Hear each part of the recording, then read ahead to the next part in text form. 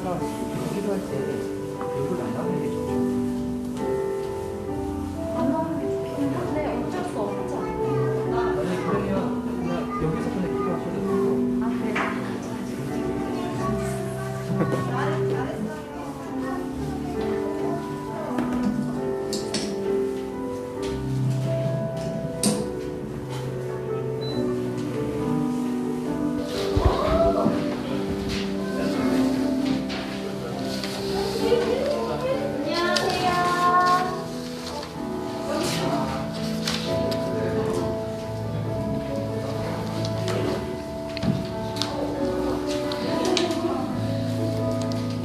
자, 이 시간 우리 정한 시간이 됐습니다.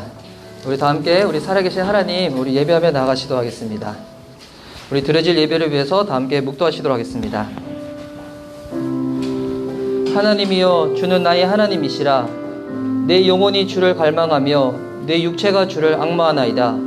내가 주의 권능과 영광을 보기 위하여 이와 같이 성소에서 주를 바라보았나이다. 주의 인자하심이 생명보다 나음으로 내 입술이 주를 찬양할 것이라. 이름으로 나의 평생에 주를 송축하며 주의 이름으로 말미암아 나의 손을 들리이다. 골수와 기름진 것을 멈과 같이 나의 영혼이 만족할 것이라.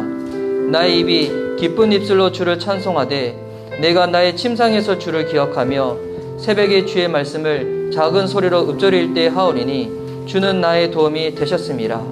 내가 주의 날개 그늘에서 즐겁게 부르리이다. 아멘. 할렐루야. 주님이 오늘 또 우리의 예배 가운데 함께 하신 줄 믿습니다. 또 이 시간 또 온라인으로 예배 드리시는 우리 귀한 믿음의 식구들도 주의 이름으로 축복합니다. 제가 어제 묵상했던 이 에스겔 말씀을 보니까 하나님께서 에스겔 선지자를 통하여 말씀을 하실 때 하나님의 이름이 붙어있는 그 성전인데, 근데 그 성전에서 하나님의 영광이 떠나는 그와 같은 본문이었거든요. 그걸 보면서 깨달은 게, 아무리 겉모양이 화려한 모양이라 할지라도, 교회 이름이라는 간판이 붙어있다고 할지라도 중요한 것은 뭐냐면 그 외곽이 아니라 그 안에 들어있는 그 사람들이 하나님을 섬기냐 섬기지 않냐, 그것이 중요하다는 거. 여러분 아시죠? 우리 미션 리바이벌 교회는 외부에서 보면 간판도 없어요. 아무것도 없어서 여기가 교회인지 뭔지 예배당인지 뭔지 확인할 방법이 없는데, 여러분 그거보다도 훨씬 더 중요한 것이 무엇인가? 그 공간 안에 있는 저와 여러분이 하나님을 섬기고 예배하는 것입니다. 그래야 할 때 하나님의 임재 영광이 우리 가운데 충만할 줄 믿습니다. 오늘도 그 마음과 그 기쁨으로 주님을 기쁘게 찬양하며 나가도록 하겠습니다.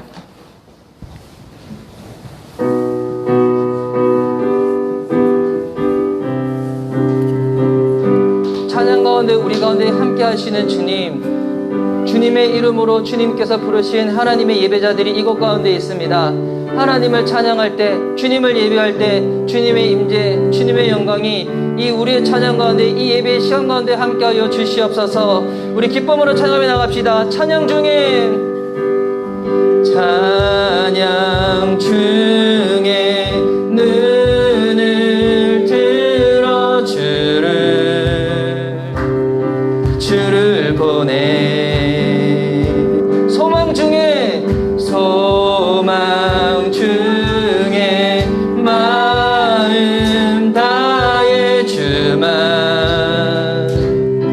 나 바라네. 주님을 볼 때 나에게 힘주시네. 주님 안에 모든 두려움 사라져 호산나 호산나. 구원의 주 하나님 찬양 받으실 주님. 호산나 호산나. 내 안에 임하셔서 주님의 뜻 이루소서. 주께 드린 마음 다한 기도 들으소서. 주의 나라 상한 영혼들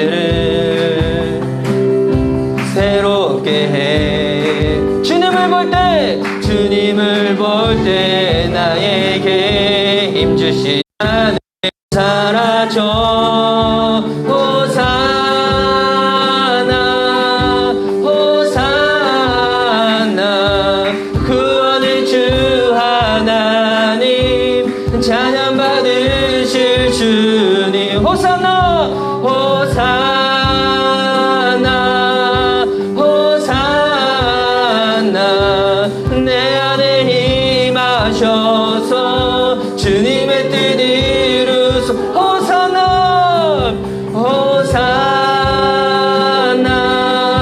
호산나 구원의 주 하나님 찬양 받으실 주님 호산나 호산나 내 안에 임하셔서 주님의 뜻 이루소서 주님을 볼 때 나에게 힘주시네 주님 안에 모든 두려움 사라져 구원 되시는 주님을 찬양합니다 호산나 호산나 구원의 주 하나님 찬양 받으실 주님 호산나 호산나 내 안에 임하셔서 주님의 뜻 이루소 호산나 호산나 호산나 구원의 주 하나님 찬양 받으실 주님 호산나 호산나 내 안에 임하셔서 주님의 뜻 이루소서 할렐루야 오늘도 우리에게 구원의 감격과 기쁨을 허락하실 주님을 찬양합니다 할렐루야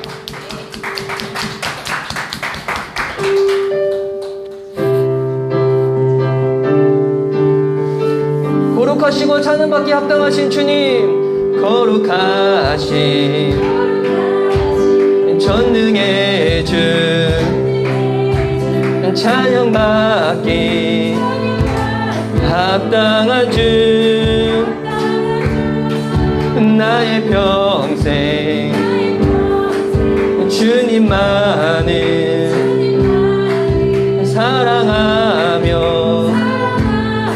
따르리라 찬양하며 경배 귀하신 만왕의 왕 주님 앞에 엎드려 사랑하며 높이 찬양하며 경배 귀하신 만왕의 왕 주님 앞에 엎드려 사랑하며 높이리 나의 일생을 주만 위해 살리라 거룩하신 전능의 주 찬양받기 합당한 주 나의 평생 주님만을 사랑하며 따르리라 찬양하며 경배해 귀하신 만왕의 왕 주님 앞에 엎드려 사랑하며 높이리 찬양하며 경배해 귀하신 만왕의 왕 주님 앞에 엎드려 사랑하며 높이리 나의 일생을 주만 위해 살리라 찬양하며 경배해 귀하신 만왕의 왕 주님 앞에 엎드려 절하며 높이리 찬양하며 경배해 귀하신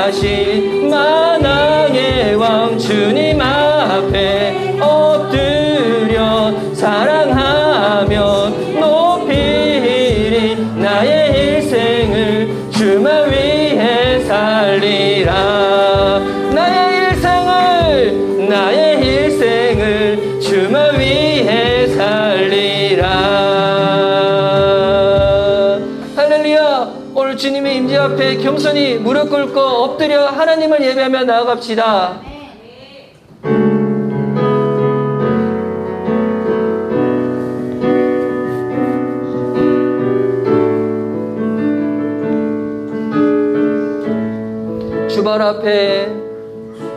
주발 앞에 무릎 꿇고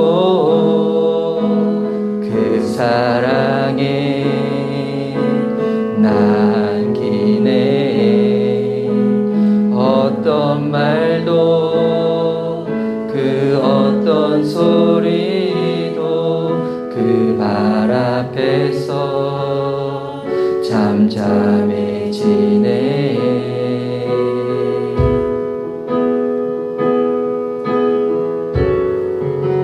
주 나의 사랑 그 발 앞에 앉아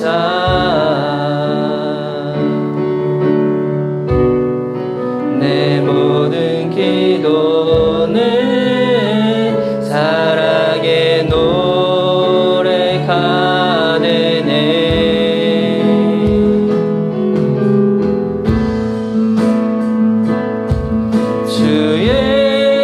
옷자락 만지며 주의 두 발을 씻기며 주님 그 발에 입 맞추며 나의 왕관을 놓으리. 주의 옷자락 만지며 주의 두 발을 씻기며 주님 그 발에 입 맞추며 나의 왕관을 높이리. 주의 옷자락 만지며 주의 옷자락 만지며 주의 두 발을 씻기며 주님 그 발에 입 맞추며 나의 왕관을 놓으리. 주의 옷자락 만지며 주의 두 발을 씻기며 주님 그 발에 입 맞추며 나의 왕관을 놓으리. 아름다우시 오 놀라우시 영원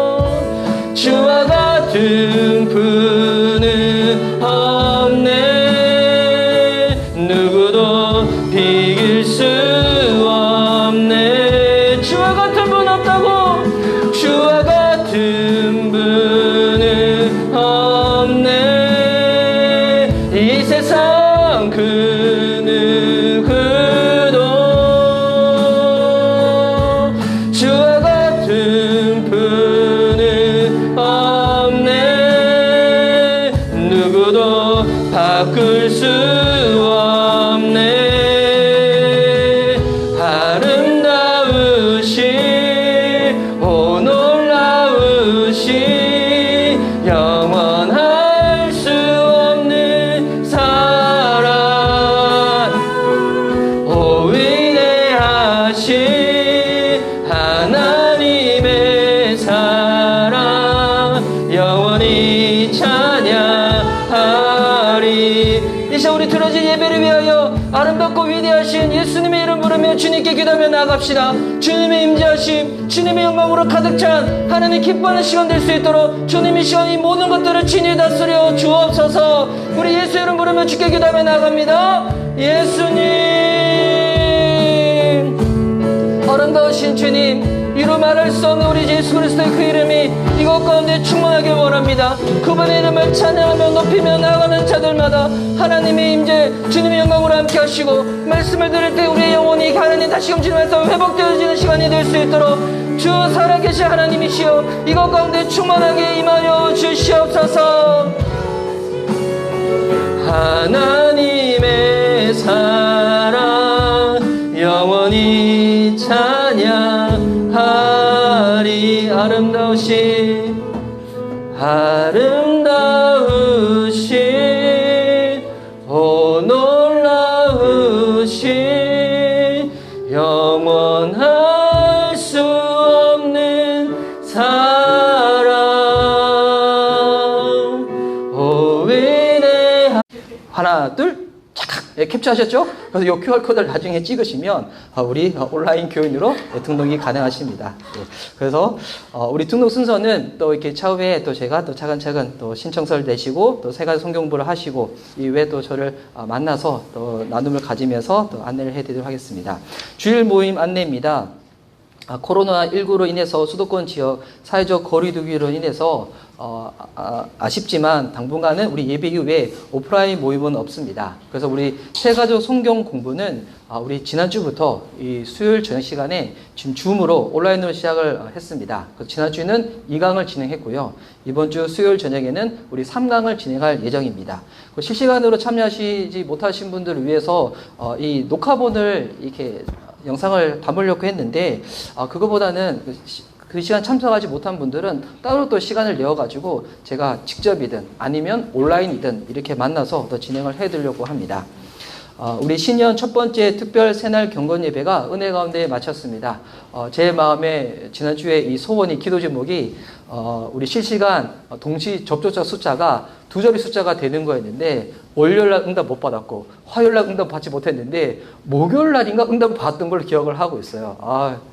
주님께서 우리 공동체를 사랑하시고 연약한 제 기도를 응답하셔서 보니까 어떤 지체분들은 막 이렇게 스마트폰, 태블릿 PC, 노트북 다 켜가지고 동시 접속했다고 했는데 여튼 우리 2자리 숫자로 우리 함께 예배를 드렸습니다.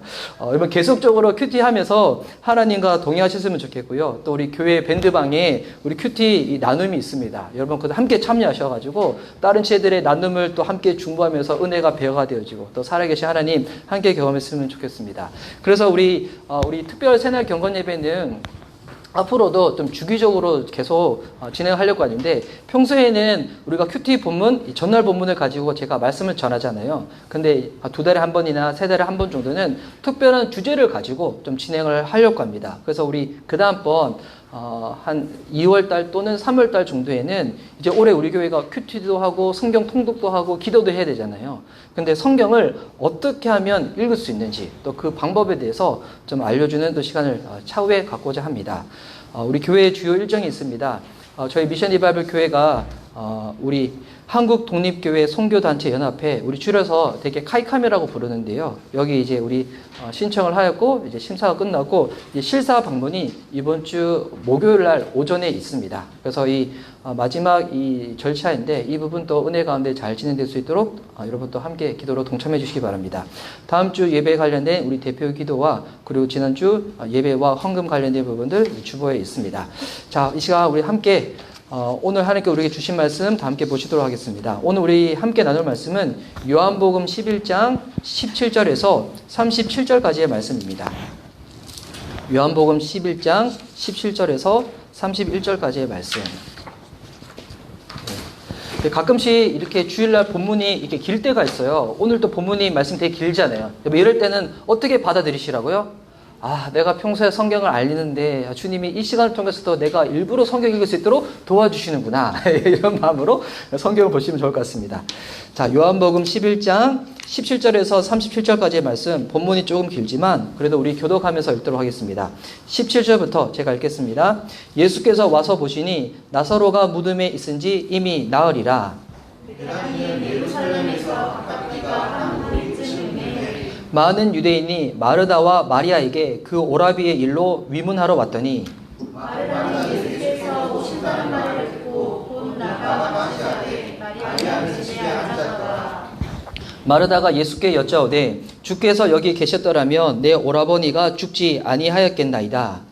그러나 나는 이제라도 주께서 무엇이든지 하나님께 구하시는 것을 하나님이 주실 줄을 아나이다. 예수께서 이르시되 내 오라비가 다시 살아나니라.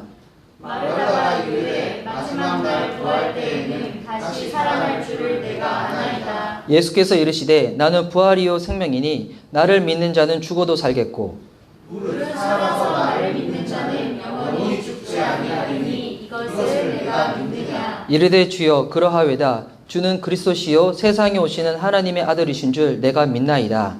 이 말을 하고 돌아와서 하나님이 그 자매 마리아를 불러 말하되 선생님이 오셔서 너를 부르신다 하니 마리아가 이 말을 듣고 급히 일어나 예수께 나아가매 예수는 아직 마을로 들어오지 아니하시고 마리아가 맞이했던 곳에 그대로 계시더라. 마리아와 함께 집에 있어 위로하던 유대인들은 그가 급히 일어나 나가는 것을 보고 곡하러 무덤에 가는 줄로 생각하고 따라가더니 마리아가 예수 계신 곳에 가서 배웠고 그 발 앞에 엎드려 이르되 주께서 여기 계셨더라면 내 오라버니가 죽지 아니하였겠나이다 하더라. 예수께서 그가 우는 것과 또 함께 온 유대인들이 우는 것을 보시고 심령에 비통히 여기시고 불쌍히 여기사 이르시되 그를 어디 두었느냐. 이르되 주여 와서 보옵소서 하니 예수께서 눈물을 흘리시더라.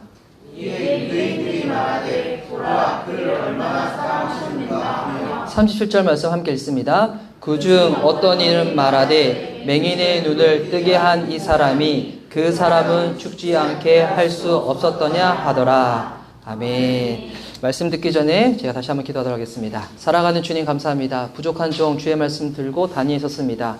하나님 말씀 증거할 때 예수 그리스도의 보혈로 덮으시고 주의 영으로 인도하셔서 하나님 말씀 온전하고 담대하게 증거할 수 있도록 도와주시옵소서. 주의 말씀을 듣는 자는 산다고 주께서 말씀하셨는데 이 시간 선포되어지는 말씀, 증거되어지는 말씀이 사람의 기점만 울리는 것이 아니라 우리의 영혼을 새겨지고 은혜가 되어지고 하나님을 만나고 주님과 함께하는 그와 같은 믿음의 결단들이 세워질 수 있도록 주께서 축복하여 주시옵소서. 감사드립니다. 살아계신 예수님의 이름으로 기도드립니다. 아멘. 자, 저희가 지금 계속해서 요한복음 말씀을 보고 있습니다. 오늘을 예수님이 만난 사람들 31번째 시간입니다. 오늘 함께 읽었던 요한복음 11장 17절에서 37절까지의 말씀을 가지고 예수님이 눈물을 흘리신 진짜 이유, 예수님이 눈물을 흘리신 진짜 이유라는 말씀의 제목을 가지고 은혜를 나누고자 합니다. 오늘 온라인으로 예배드리신 분들, 또 이 시간 이 현장에서 더 예배를 섬기시는 분들, 우리 서로 저를 바라보시며 이렇게 축복합시다. 오늘 이 설교 제목을 바꾸어서 이렇게 한번 서로 축복하죠. 예수님의 기쁨이 되십시오. 이렇게 한번 축복할까요? 자, 시작. 예수님의 기쁨이 되십시오. 할렐루야. 예. 예수님의 기쁨이 되시라고 이렇게 기쁨으로 인사를 하는데 요즘은 다 마스크로 이렇게 얼굴에 반이 가려져 있어가지고 이 웃는 얼굴인지 이게 지금 이게 우는 얼굴인지 확인이 불가능한데 오늘 또 이렇게 온라인으로 예배드리신 분들도 우리 주님의 기쁨이 되시기 바랍니다. 할렐루야. 우리 처음 뵙는 분들을 만나면 우리 흔히 이제 자기소개를 하지 않습니까? 여러분들은 다른 분들을 만나면 자기소개를 어떻게 하십니까? 저는 이렇게 그냥 저랑 나이대가 비슷하신 분들 만나면 그냥 제가 누구라고 제 이름 얘기하고 막 그러는데 그런데 이게 불신자들을 만나면 교회에 처음 오신 분들을 만나면 이분들은 아직 교회에 대해서 마음이 좀 닫혀 있고 또 어떤 분들은 교회에 대해서 약간 이렇게 불편한 마음을 가지고 계신 분들도 있거든요. 그래서 그분들의 마음을 열어주기 위해서 저는 제 이름을 소개할 때 되게 좀 웃기게 소개를 많이 해요. 제 이름이 이상함이라고. 그래서 월드컵 상암구장 할 때 상암이 제 이름이랑 똑같은데 그래서 거기에 내 이름 대고 가면 모든 것이 다 프리패스를 하고 심지어 월드컵 경기장 들어갈 때도 내 이름 딱 대면 그냥 프리패스라고. 그러면 진짜거든요. 그럼 나중에 어떻게 되는지 알아요? 그 안내를 쓰시는 분이 경찰서에 신고해서 저를 붙잡아 가요. 그래서 제 이름이 이렇게 이상함이라고. 그래서 예전에는 또 하도 제가 이렇게 막 우겼었죠. 이제는 이제 올해는 이게 안 할 겁니다. 앞으로 이거 안 할 건데 제가 닮은 연예인 있지 않냐고 막 얘기하고 그랬었는데 김강규 씨 아니고요. 이렇게 있는데 그런 얘기를 했는데 여러분 이게 저는 이 자기 소개가 하여튼 그분은 아니고 여러분 이 자기 소개가 저는 교회도 많아야 된다고 생각을 해요. 교회에서 자기 소개가 많다. 이거 무슨 말일까요? 주님을 알아가는 사람들, 교회에 새롭게 등록한 사람들이 많아진다는 거잖아요. 그러면 이렇게 교회 처음 오신 분들도 흔히 자기소개를 하면 이름, 뭐 나이, 하는 일, 뭐 더 나아가서 뭐 사는 곳 정도 이런 거 소개를 하는 것 같아요. 근데 그것은 그 사람이 가지고 있는 외부적인 이 정보이고 진짜 그 사람에 대해서 안다는 것은 그 사람의 성격이 뭔지, 관심사가 뭔지, 성품이 어떠한지 여러분 이거를 아는 게 진짜 그 당사자를 아는 거잖아요. 그래서 누군가를 알려면 이 경험하는 시간이 꼭 필요합니다. 예수님도 마찬가지예요. 우리 이제 지난번 세 가지 성경 공부할 때도 예수님의 정보 관련된 외적인 정보들도 성경에 나와 있거든요. 예수님의 이름, 나이, 하는 일, 사시는 곳. 여러분 이런 것이 예수님에 대해서 소개할 때 필요도 하겠지만 진짜 예수님을 정확하게 안다는 것은 그분의 관심사가 뭔지, 예수님의 성품은 어떠한지, 예수님 이 땅에 왜 오셨는지, 예수님이 궁극적으로 이루시고자 했던 그 삶의 목적과 목표는 무엇인지, 이거를 아는 게 진짜 예수님을 아는 것이거든요. 그래서 예수님을 알 때, 믿을 때는 경험할 시간이 필요한 거예요. 그래서 흔히 얘기하면 어떤 사건들로 말미암아 가지고 예수님이 정말 이런 분이시구나. 또한 그 사건들을 통해서 예수님 스스로도 자기가 어떤 분이신지 자기 선언을 하시거든요. 이 지난주에도 한번 나눴지만 이 요한복음에 보면 예수님의 자기 선언이 7가지 정도가 나온다고 나눠드렸어요. 그리고 이 나사로 사건을 통해서 단순히 기적을 베푸셨다. 여러분 이것이 중요한 것이 아니라 이 사건을 통해서 예수님이 말씀하시는 내용, 예수님의 자기 선언이 중요하다는 거예요. 이 복음서에 보면 예수님을 만나는 사람들마다 예수님이 베푸신 기적을 경험을 해요. 그러면 여러분 예수님이 이 세상에 있는 당시 이 세상에 있었던 그 모든 사람들을 다 살리셨던가? 여러분 그거는 아니거든요. 만약 기적 자체가 목적이었다면 예수님 가까이에서 기적을 경험한 사람들만 좋은 거지 다른 곳에 있었던 사람들 시간이 훌쩍 지나가지고 지금 다른 시대에 살고 있는 여러분 우리들에게는 의미가 없는 거잖아요. 사건 그 자체가 중요한 것이 아니라 이 사건을 통해서 기적을 통해서 예수님이 드러내시는 메시지, 그 주제, 여러분 이것이 그 사건의 목적이라는 거예요. 그래서 성경을 읽을 때도 그냥 사건만 훑는 것이 아니라 중요한 것은 예수님이 그 사건을 통하여 무엇을 말씀하시고자 하시는지 여러분 그것 가운데 초점을 맞추며 성경을 읽어야 한다는 것입니다. 그래서 우리 지난주 복습을 잠깐 다시 해드리면 나사로가 병들었을 때 나사로의 동생이었던 이 마르다와 마리아가 예수님께 사람을 보내죠. 그래서 우리 오빠가 지금 곧 죽게 생겼으니까 예수님 빨리 오셔가지고 우리 오빠 좀 낫게 해달라고. 그런데 예수님은 이 이야기를 듣자마자 바로 움직이셨던 것이 아니라 이틀을 시간을 유하시다가 그 다음 발걸음을 딱 옮기시죠.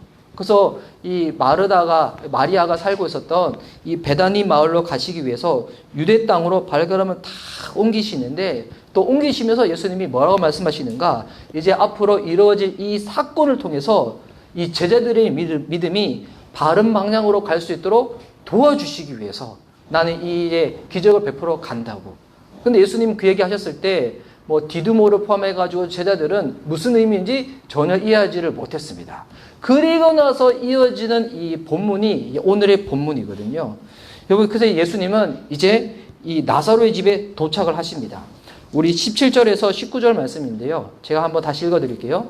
예수께서 와서 보시니 나사로가 무덤에 있은지 이미 나으리라. 베다니는 예루살렘에서 가깝기가 한 오리쯤 되매 많은 유대인이 마르다와 마리아에게 그 오라비의 일로 위문하러 왔더니 자, 지금 나사로가 죽은 지 며칠이 지났다고 나왔어요. 지금 4일이 되었다는 거예요. 그러니까 나사로가 정확히 언제 죽은지는 우리가 잘 모르지만 예수님이 처음 이 소식을 딱 들었을 때 그때 바로 움직이지 않고 이틀을 머무셨잖아요. 그리고 난 다음에 그 소식을 듣자마자 만약 나사로가 죽었다고 치면 아무리 못해도 예수님은 지금 나사로 이 집 근처까지 오는데 며칠이 걸리신 거예요. 이틀 걸리셨다는 거예요. 여러분, 우리가 주님께 간구할 때 주님이 우리 삶 가운데 안 오실 것 같죠? 아니에요. 시간이 아무리 오래 걸리시더라도 육신을 입고 계셨을 때도 예수님은 그렇게 시간이 오래 걸려도 가시는데 하물며 지금 우리의 신음과 기도 소리에 어떻게 반응하시겠습니까? 주님은 당장 반응해 주신다는 거예요. 근데 집에 와서 딱 보니까 이미 많은 사람들이 이 나사로의 죽음 때문에, 이 오빠의 죽음 때문에 슬픔에 빠져 있을 이 마르다와 마리아를 위로하기 위해서 지금 그 집에 와 있었어요. 지금만 따지면 지금 장례식에 조문객처럼 와 있었다는 거예요. 근데 여러분, 이 마르다와 마리아의 이 두 사람에 대한 이야기는 여기 요한복음에만 있는 것이 아니라 여러분, 누가복음 10장에도 기록되어 있거든요. 우리 흔히 이제 잘 아는 그 이 사건인데, 이야기인데, 아마 예수님은 그전에도 이 나사로, 마르다, 마리아와 아마 친분이 두터웠던 것 같아요. 그러니까 흔하게, 시간 있으면 그 편하게 놀러 갈 수 있는 장소. 최근에 저한테도 그런 장소가 있거든요. 그 성수동에 모 사무실이 있어요. 제가 운영하는 사무실 아닌데, 그냥 막 가요. 그냥 막 가서 그냥 막 밥 사달라고 해요. 그분이, 그럼 저한테 제가 그분 지분 있는 것도 아닌데 밥을 막 사주세요. 뭐 그런 데가 있거든요. 마치 그런 것처럼, 그렇다고 제가 호관에 맨날 가겠습니까? 일주일에 한 차례 갈까 말까인데. 그런데 지금 예수님과 나사로, 마르다, 마리아와 그와 같은 관계였던 것 같아요. 그런데 예수님이 이 누가복음 10장에 보면 이 마르다의 집에 갔었을 때 마르다는 준비하는 일이 많아서 분주했다고 기록되어 있고, 반면에 이 마리아는 예수님의 발치에 앉아서 말씀을 듣고 교제하기를 좋아했다고 나와 있어요. 이 마르다와 마리아는 자매인데도 불구하고 이 내용들을 보면 성격이 극명하게 다르다는 것을 알 수가 있죠. 마르다는 어떤 여성이었는가? 행동하는 여성이에요. 되게 진취적이고요. 또 되게 일 중심적이고 목표 지향적인 사람이었어요. 그러니까 무언가 하고자 하는 일이 있으면 계획을 체계적으로 딱 세워가지고 일을 진행하는 사람이 이 마르다였어요. 반면에 이 마리아는 어떤 사람인가? 관계 중심적인 이 사람인 거예요. 사람들과 대화 나누고 교제하는 거 좋아하고, 무언가 일을 해야 될 때 계획적으로 세워서 하기보다도 그 마음에 감동이 닿으면 내가 그냥 좋다 싶으면 그냥 하는 사람인 거예요. 근데 이 두 자매의 성격이 다른 부분들이 오늘 본문에도 나와요. 예수님께서 오신다고 하니까 어떻게 하는가? 20절 말씀 보니까 마르다는 예수께서 오신다는 말을 듣고 곧 나가 맞이하되 마리아는 집에 앉았더라. 예수께서 오신다는 이 얘기를 듣고 마리아는 먼저 나가가지고 예수님을 마중합니다. 반면에 마리아는 어디 있었어요? 집에 있었다는 거예요. 아마 이렇게 위로차 왔던 사람들을 아마 맞이하고 그 사람들과 아마 대화를 나누고 있었던 것 같아요.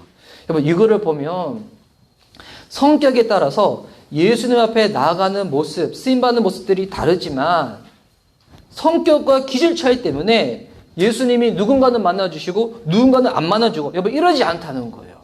저는 이 평소 성격이 다혈질적인 성격은 아니거든요. 저는 되게 차분하고 조용하고 내성적이고 혼자 있는 거 좋아하고, 저는 그런 성격이에요. 아는 것 같은데 사람들이 자꾸 제가 막 춤추고 랩하고 막 이렇게 하니까 착각하는데, 저는 되게 내성적인 사람이고요. 되게 사람들 만나서 말 거는 거 되게 힘들어하고 막 그래요. 근데 주님이 저를 많이 변화시켜 주셨습니다. 반면에 제 아내는 저랑 성격이 많이 달라요. 많이 달라가지고 정말 달라요. 그런데 그러면 여러분, 누가 성격이 더 좋은 거예요? 누가 성격이? 그러면 성격은 좋은 거 나쁜 게 없어요. 그 사람들마다 기질이 다른 거, 성격이 다른 거, 그런 것 뿐이지. 근데 여기서 중요한 거는 사람의 성격과 기질에 따라서 예수님은 누군가를 만나주고 누군가는 안 만나주고 이런 분이 아니시라는 거예요. 여러분, 이거 잘 이해하셔야 돼요. 어떤 사람들이 저 사람은 정말 타고나게 성격이 좋다고. 근데 성경을 보면 성격이 타고나게 좋다는 것도 없을 뿐더러 성격이 타고나게 좋다고 세상에서 여긴다고 할지라도 그 사람만 주님께서 특별히 더 사용하시고 이런 것도 없다는 거예요. 주님은 어떤 사람들을 만나주시는가? 성격과 기질과 상관없이 내 마음 가운데 주님 만나기를 사모만 하면, 쉽게 얘기해서 믿음의 선택에 따라서 예수님을 만날 수도 있고 안 만날 수도 있고 내가 어떻게 믿음으로 결정하냐에 따라서 예수님을 통하여 변화될 수도 있고 그렇지 않을 수도 있고 그렇다는 것입니다. 이 마르다는 행동하는 여성이었어요. 무언가 목표 지향적이고 이런 사람이다 보니까 예수님에 대해서도 알 때 어떻게 하냐면 예수님 그냥 너무 좋아 이게 아니에요. 그냥 감성적으로 좋은 게 아니라 정확한 지식과 이해를 가지고 있었어요. 예수님 처음 만나자마자 어떻게 대화를 딱 열어가는가 21절과 22절 보십시오. 마르다가 예수께 여쭤오되 주께서 여기 계셨더라면 내 오라버니가 죽지 아니하였겠나이다. 그러나 나는 이제라도 주께서 무엇이든지 하나님께 구하시는 것을 하나님이 주실 줄을 아나이다. 예수님께서 여기 계셨으면 오빠가 죽지 않았을 것이라고. 그러니까 마르다는 어떠한 이 지식을 가지고 있는가? 예수님이 병든 자를 살릴 수 있는 능력이 있다는 것을 아는 사람이었어요. 또 22절도 보니까 지금이라도 예수님이 기도를 하시면 하나님께서 응답하실 것을 아는 사람이었어요. 마르다는 예수님에 대한 분명하고 정확한 이해를 가지고 있는 사람이었습니다. 이 마르다의 말에 예수님께서 이렇게 답변하시거든요. 23절에 예수께서 이르시되 내 오라비가 다시 살아나리라. 근데 이 말을 딱 듣고 난 다음에도 이 마르다의 대답을 보십시오. 이 마르다가 어떻게 대답하는가? 여러분 이게 엄청난 이 정도의 이게 지적 수준인데 마르다가 이르되 마지막 날 부활 때에는 다시 살아날 줄을 내가 아나이다. 당시 이 사회에 바리새인들도 있었고 사두개인들도 있었고 그러니까 약간 종교적으로 좀 이렇게 기고 난다는 사람들이 많이 있었는데 당시 이 사두개파 사람들은 예수님의 부활을 안 믿었거든요. 하나님께서 부활을 안 믿었어요. 근데 마르다는 예수님의 부활을 아는 사람이었어요. 그러니까 마르다의 영적인 지식이 어느 정도인가? 예수님의 능력을 알고 기도의 능력을 알고 더 나아가서 부활까지도 아는 사람이었어요. 여러분 주변에 이 정도의 영적인 지식을 갖춘 사람이 있으면 우리는 와 대단한 영적인 지성인이라고 대단한 신앙인이라고 우리는 이렇게 아마 칭송할 수도 있을 거예요. 그런데 여기서 예수님은 중요한 말씀하십니다. 마르다가 이처럼 지적으로는 높은 수준의 사람이라 할지라도 부족한 부분이 있다는 거예요. 그것이 전부가 아니라는 거예요. 그래서 예수님 뭐라고 말씀하시는가? 25절과 26절인데요. 예수께서 이르시되 나는 부활이요 생명이니 나를 믿는 자는 죽어도 살겠고 무릇 살아서 나를 믿는 자는 영원히 죽지 아니하리니 이것을 내가 믿느냐.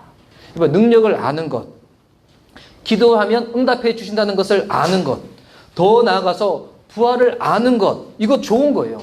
여러분 지적으로 여러분 충만한 지식이 있는 거 이거 필요한 부분이에요. 근데 여러분 이것으로 다가 아니라는 거예요. 부족한 부분이 있는데 이게 뭐냐면 예수님은 이것을 아는 정도가 아니라 네가 정말 이것을 믿냐고 물어보시는 거예요. 믿냐고. 여러분 이 내용을 보면 아는 것과 믿는 것에는 차이가 있다는 거예요. 아는 것은 우리의 지적인 수준에 머물러 있는 것입니다. 근데 여러분 믿는 것은 뭐예요? 이거는 실천하는 거예요. 행동하는 거예요. 변화로까지 이어지는 거예요.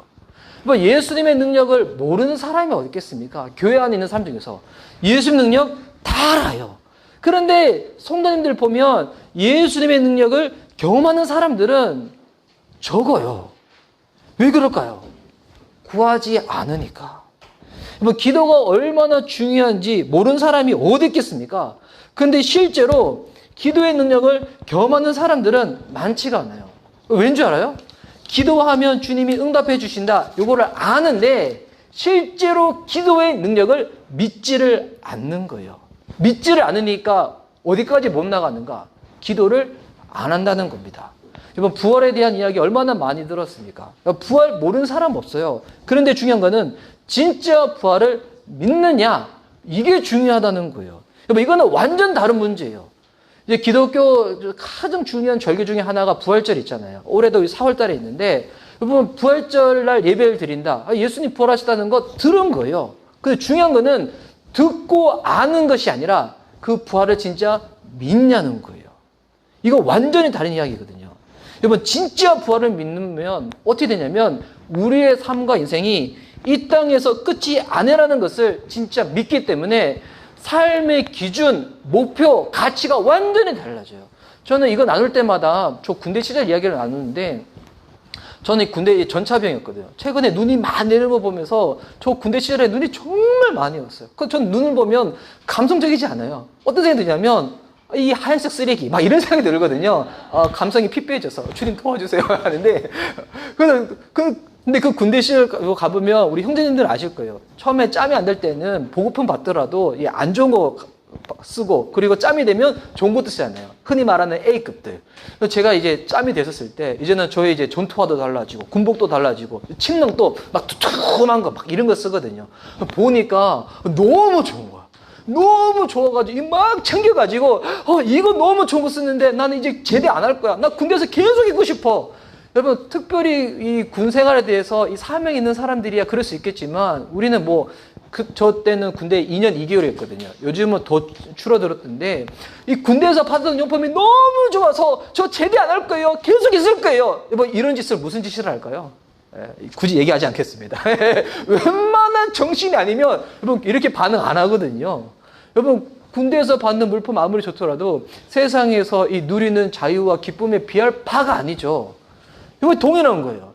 이 땅에서 사는 것 아무리 좋다고 할지라도 이 땅에서 영원히 사는 사람 없습니다. 제가 가끔씩 그런 질문 던지지만 오늘도 한번 점검해 봅시다. 내가 이 땅에서 영원히 살 것 같다. 그런 분 손. 온라인으로 예배 드리신 분들 지금 당신들한테 얘기하는 거예요. 여러분한테 얘기하는 겁니다. 여러분 중에서도 난 이 땅에서 영원히 살 것 같다. 손 한번 들어보세요. 그러면 어떻게 돼요? 지금 예배를 드려야 되는 게 아니에요. 가까운 병원으로 빨리 안내해 드려야 되는 거예요. 우리는 언젠가 다 죽습니다. 예수님 믿든지 어떤 종교를 믿든지 상관없습니다. 우리는 언젠가 다 죽는다는 겁니다. 그런데 부활을 믿는다. 이건 완전 얘기가 달라지는 거예요. 주님이 우리에게 허락한 영혼의 시간이 있다는 거예요. 다른 시간이 있다는 거예요. 그래서 부활을 그냥 아는 사람들은 그 사람의 가치가 여전히 그 중심이 물질, 세속, 욕망, 성적인 거, 명예일 거예요. 근데 부활을 믿는 사람들은 그런 유혹이 있다고 할지라도 이런 것을 여러분 구할 수가 없어요. 진짜 중요하게 여기는 게 뭐겠습니까? 영혼을 바라보면서 신앙의 가치에 두는 거죠. 예배하는 거, 말씀 보는 거, 기도하는 거, 사랑하는 거, 섬기는 거, 주의 뜻대로 살아가는 거. 근데 이 세상 사는 게 여러분 단순하지가 않죠. 얼마나 복잡합니까? 막 얽혀 있잖아요. 그래서 우리가 이 땅을 살아가다 보면 세속적인 가치랑 신앙의 가치가 충돌될 때가 있어요. 저는 예수님 믿으면서 한 번도 그런 적 없는데요. 그런 사람들은 히키코모리라 가지고 집안에 처박혀서 안 나온 사람들만 그런 거예요. 여러분 이 세상 살아가 보세요. 여러분 어떤 사람이든 신앙의 가치와 세속의 가치가 부딪힐 때가 있어요. 근데 그때 그 사람이 물질과 세속과 욕망을 추구하는 사람인지 아니면 물질 나쁜 거 아니에요. 명예 나쁜 거 아니에요. 하지만 그것을 도구 삼아서 하나님의 뜻을 드러내고자 하는 사람인지 아니면 어떨 때는 그런 것마저 포기해버리면서 주님을 더 쫓고자 하는 사람인지 그거를 보면 그 사람이 진짜 부활을 믿는 사람인지 아닌지 그걸 알 수가 있다는 거예요. 그래서 예수님 선언하시죠. 나는 부활이요 생명이다. 여기 선언에 보면 예수님이 따로 부차한 설명이 없어요. 예수님 나는 어떤 사람이야 딱 선언하십니다. 이제 이 선언을 들은 이후에 우리가 할 수 있는 일은 딱 두 가지예요. 믿냐 안 믿냐. 이거 외에 나머지는 없습니다. 믿냐 안 믿냐. 이봐 안다는 이 지적인 수준은 반드시 필요한 부분이지만 이 지적인 수준은 지금 어느 영역에 속했냐면 아직까지 믿는 영역은 아니에요. 그냥 아는 영역이에요. 주님은 우리에게 선택할 수 있는 기회를 주시는 거예요. 예수님을 믿는 믿음으로 살 것이냐. 부활의 능력은 안다는데 기도의 능력은 안다는데 그런데도 여전히 내가 원하는 바대로 살 것이냐.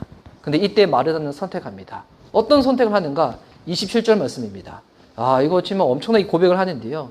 이르되 주여 그러하외다. 주는 그리스도시요 세상에 오시는 하나님의 아들이신 줄 내가 믿나이다. 마르다는 지식의 영역에 머물러 있지 아니하고 믿음의 영역으로 나아가는 겁니다.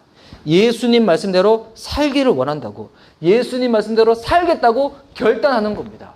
여러분 주님이 우리에게 말씀하실 때 많은 분들이 주저할 때 이렇게 주저해요. 주저하는 이유가 나는 그렇게 못 살 것 같은데 난 내 힘과 능력으로는 나 그렇게 안 될 것 같은데 여러분 그런 반응이시다.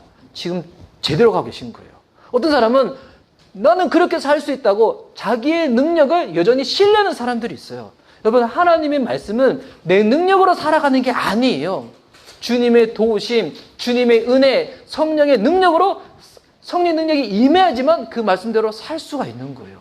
만약 하나님의 말씀 앞에 나라는 존재가 너무 작다, 나는 못 살 것 같아, 여러분, 그때 믿는다고 믿음으로 선포할 때 주님의 은혜와 성령의 도우심이 우리들 가운데 임할 줄 믿습니다. 이 마르다의 믿음의 내용도 예수님을 향해서 예수님은 그리스도시고 하나님의 아들이라고 고백을 하는 거예요. 여러분, 그리스도라는 이 말을 이제 구약의 용어로 따지면 좀 설명이 기니까 쉽게 얘기하면 예수님만이 나의 구세주라는 거예요. 세상에서 내가 누리는 것이 많이 있지만 그것을 나를 구원해 줄 수가 있는 게 아니라 진짜 나를 구원해 줄 수밖에 없는 분은 예수님밖에 없다는 거예요. 그리고 예수님이 하나님의 아들이다. 무슨 말인가? 주인이 바뀌는 거예요. 지금까지 내 인생의 주인이 다른 것이었어요.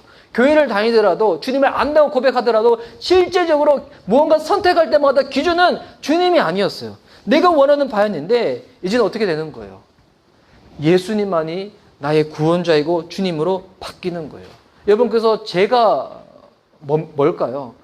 세 가지 성경 공부 2가 때도 나왔지만, 여러분, 죄는 자기 중심성이거든요. 이기적인 거. 쉽게 얘기하면 내가 주인이라는 거예요. 내가 주인이기 때문에 여러분, 이 교회 안에서도 보면 구원받은 사람들이 여러분 더러 있어요. 구원받은 하나님의 자녀이지만 우리들의 이 시간들 속에서 이 구원이라는 뜻이 뭐냐면 건져낸다는 거거든요.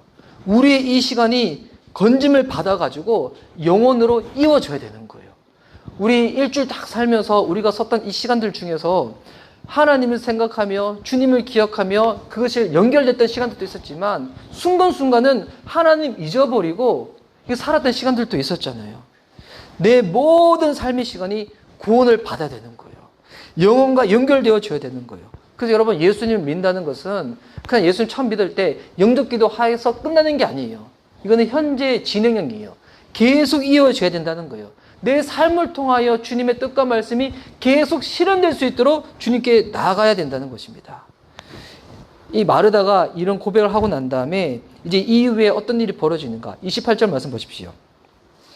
이 말을 하고 돌아가서 가만히 그 자매 마리아를 불러 말하되 성령님이 오셔서 너를 부르신다 하니, 이 마르다는 보니까 예수님을 만나고 믿는다고 고백 이후에도 보니 이 마르다는 흥분된 모습이 없어요. 네. 흥분된 모습이 되게 차분하죠.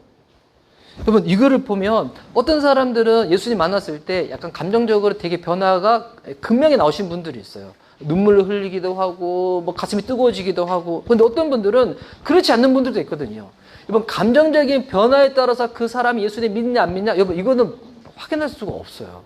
저도 이제 사역할 때 보면 성도님들이 예배 때 눈물을 흘린다. 이러면 진짜 귀한 거죠. 예. 근데 여러분, 눈물을 흘리는 게 끝나는 게 아니에요.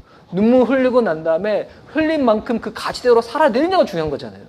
저 만났던 성도님 중에서 제가 눈물에 속은 지 얼마 만인지 몰라요. 보니까 막 예배 드릴 때 막 기도할 때 눈물 엄청 쏟아. 그래서 저는 진짜 막 주님 만나서 은혜 받은 줄 알았어. 근데 알고 보니까 그렇게 살기 싫은데 막 이게 그렇게 오신 분을 봤고, 그때는 울었는데 나중에 시간 지나고 난 다음에는 요즘 또 똑같아. 여러분, 감정적인 변화 여러분 따라온다. 나쁜 것도 아니고 좋은 것도 아니에요. 근데 중요한 거는 여러분, 진짜 예수님 믿으면 내 내적인 변화가 와야 되는 거예요. 동기의 변화, 목표의 변화, 가치의 변화. 이제 이 마르다가 마리아를 만나서 예수님 너 찾으신다고 이야기를 했어요. 그리고 난 다음에 이제 이 마르다의 이야기를 들은 마리아가 반응을 보이는데요. 29절에서 32절까지의 말씀인데 제가 한번 읽어드릴게요. 마리아가 이 말을 듣고 급히 일어나 예수께 나아가매 예수는 아직 마을로 들어오지 아니하시고 마르다가 맞이했던 곳에 그대로 계시더라. 마리아와 함께 집에 있어 위로하던 유대인들은 그가 급히 일어나 나가는 것을 보고 곡하러 무덤에 가는 줄로 생각하고 따라가더니 마리아가 예수 계신 곳에 가서 배웠고 그 발 앞에 엎드려 이르되 주께서 여기 계셨더라면 내 오라버니가 죽지 아니하였겠나이다 하더라. 마르다의 이야기를 듣고 마리아는 바로 예수님께로 달려갑니다. 그러니까 이 마리아는 진짜 약간 감성적인 사람이야. 진짜 좋은 거면 앞뒤 안 따지고 그냥 확 하는 사람이에요. 예, 제 아내 같은 사람이야. 확 하는 사람이에요. 예. 근데 전 되게 신중하거든요. 근데 이제 이 마르다가 얼마나 멀리까지 나와서 마중을 나왔는지 예수님이 지금 서 있는 곳이 23절 말씀 보니까 아직 마을로 들어오지 않았다고 나왔죠. 그러니까 마을 지금 초입구에 있는 거예요. 거기까지 이 마리아가 듣자마자 확 뛰쳐나가니까 위로 왔던 이 조문객들이 어떤 생각을 하냐면, 지금 이 마리아가 오빠가 죽어서 너무 슬퍼가지고 지금 곡하러, 지금 울러 무덤에 가는 거구나. 지금 그 정도 착각할 정도로 마리아가 황급하게 뛰쳐나갔다는 거예요. 여러분, 오늘 주님께서 저와 여러분을 찾으실 때 마리아처럼 반응할 수 있는 저와 여러분 됐으면 좋겠습니다. 여러분, 예수님은 진짜 좋으신 분이에요. 세상이 우리한테 얘기하는 것들, 그런 조건들은 신중하게 고민도 하고 이것저것 한번 계산을 해봐야 되겠지만 예수님이 부르신다, 예수님 찾으신다, 여러분 그때는 계산이 필요 없습니다. 당장 나가시기 바랍니다. 주님 좋은 것들로 저와 여러분을 채워주시고 가장 복이 되시는 예수님께서 우리와 함께 해주실 줄 믿습니다. 그럼 예수님 만나자마자 이 마리아는 어떻게 하는가? 예수님 앞에 바로 엎드렸다는 거예요. 우리 아까 경배와 찬양 때 주의 옷자락 만지며 예수님 발 앞에서 바로 엎드려서 예배하는 그런 가사의 찬양을 불렀었는데, 여러분 예수님 앞에 바로 엎드려서 이 마리아도 어떤 이야기를 하냐면, 만약 예수님이 오빠가 죽기 전에 미리 오셨으면 오빠가 죽지 않고 더 오래 살았을 거라고, 오빠의 수명이 더 연장되었을 거라고. 지금 마리아도 아직까지는 예수님의 부활에 대해서 아는 정도가 약해요. 되게 많이 부족해요. 그런데 이번 이 마리아는 그럼에도 불구하고 어떤 모습을 보이냐면 예수님 앞에 바로 엎드립니다. 여러분, 이게 뭐냐면 예배하는 거거든요. 예배라는 이 헬라 단어를 보면 신약 성경은 헬라로 쓰여졌다 보니까 헬라 단어 중에서 예배라는 단어가 여러 단어가 있는데 그 중에 하나가 뭐냐면 프로스케네오라는 단어가 있어요. 이게 무슨 말이냐면, 당시 이 사람들 만나면 존경하는 사람이 있으면 손에 입맞춤을 한다는 거예요. 오늘 예배 이후에 전부 저 손에 입맞추지 마세요. 저 존경하는 거 알지만 안 그러셔도 돼요. 막 다 입맞춘다는 거예요. 그런데 너무 존경하는 사람이 있으면 어떻게 하는가? 무릎 앞에 꿇어서 땅에 이마를 댄다는 거예요. 저한테는 그러지 마세요. 예, 좀 부담스러워요. 그러지 마시고. 예. 그래서 여기서 무릎을 꿇고 엎드린다는 것은 뭐냐면 존경한다, 순종한다. 이게 뭐냐면 예배하는 거예요. 예배가 무엇인가? 예수님 앞에 엎드리는 거예요. 주님 앞에 겸손하게 나아가는 거예요. 마리아는 부활에 대한 지식과 이해가 부족했지만 그 안에 어떤 태도가 있었는가? 주님이시면 예배하는 거예요. 주님이시면 엎드리는 거예요. 주님이시면 순종하는 거예요. 우리가 예배할 때 특별히 최근에는 코로나19로 인해 가지고 온라인으로 예배 드리시는 분들 중에서 그냥 소파에 앉아가지고 마치 예배를 그냥 스포츠 중계나 뉴스 보는 것처럼 보시는 분들이 간혹 있다고 들었어요. 제가 뭐 그 현장에 가 있지 않으니까 저 잘 알지 못하지만, 여러분 진짜 예배한다면 그렇게 하면 안 돼요. 집에 있더라도 어떻게 하는가? 여러분 그 현장에서 일어나기도 하고요, 손도 들고요, 목소리도 높이고요, 앞에서 우리 기쁜 신앙 찬양하면 같이 일어나가지고 막 움직이도 해야 돼요. 어떤 사람들은 저는 성격이 뭐 그래요, 안 돼요 하는데, 여러분 이거는 성격과 상관없어요. 진짜 좋은 소식이 여러분에게 딱 주어졌다. 여러분 가만히 있겠어요? 얼마나 기쁘고 신나가지고 사람들한테 알리고 막 소리 지르고 막 되겠어요. 마찬가지거든요. 예수님 앞에 예배 드릴 때 가장 방해되는 게 여러분 뭔지 알아요? 다른 게 아니에요. 사람 눈치 보는 거예요. 사람 눈치는 보는 것만 이겨내도 여러분 예배 가운데 송할 수가 있습니다. 어떤 사람은 가서 분위기가 안 살아서 예배를 못 드리는 것 같은데요. 여러분 분위기가 하나님이 아니잖아요. 하나님은 말씀이십니다. 예배 가운데 함께 하십니다. 겸손하고 내가 얼마나 낮은 자인데 하늘 보호자를 버리고 이 땅에 오셔서 나 살리시겠다고 나를 만나러 오시고 나를 찾으셨고 나를 구원하셨는가? 이거를 진짜 믿는다. 가만히 있을 수가 없는 거죠. 예배 안 드리는 거, 여러분 이거는 결국 태도의 문제, 이거는 여러분 성향의 문제가 아니에요. 예배를 안 드린다는 것은 이거는 태도의 문제이고 믿음의 문제예요. 주님이 내 삶 가운데 어떤 일을 행하시는지 알면 여러분 예배 드릴 수밖에 없어요. 그분을 찾을 수밖에 없다는 겁니다. 여러분 주님 앞에 겸손해질 수 있는 저와 여러분 됐으면 좋겠습니다. 하나님 예배하는 저와 여러분 됐으면 좋겠습니다. 지금 이런 상황 가운데 이제 여기 분위기가 이제 어떤지 이제 그 다음 구절이 이제 또 설명을 하고 있는데 33절 말씀 보십시오. 예수께서 그가 우는 것과 또 함께 온 유대인들이 우는 것을 보시고 심령에 비통히 여기시고 불쌍히 여기사. 보니까 지금 마리아도 울었나 봐요. 그리고 거기 왔던 조문객들도 마리아가 우니까 지금 같이 막 울고 있는 거예요.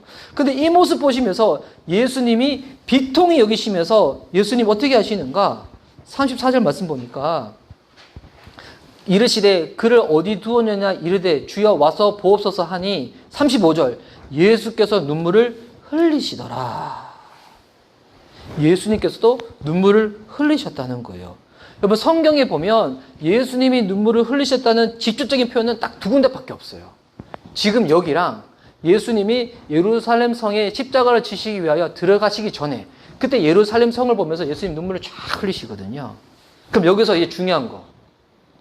예수님이 지금 왜 눈물을 흘리실까요? 여러분 오늘 설교의 제목이 뭔지 아세요? 예수님이 눈물을 흘리신 진짜 이유. 예.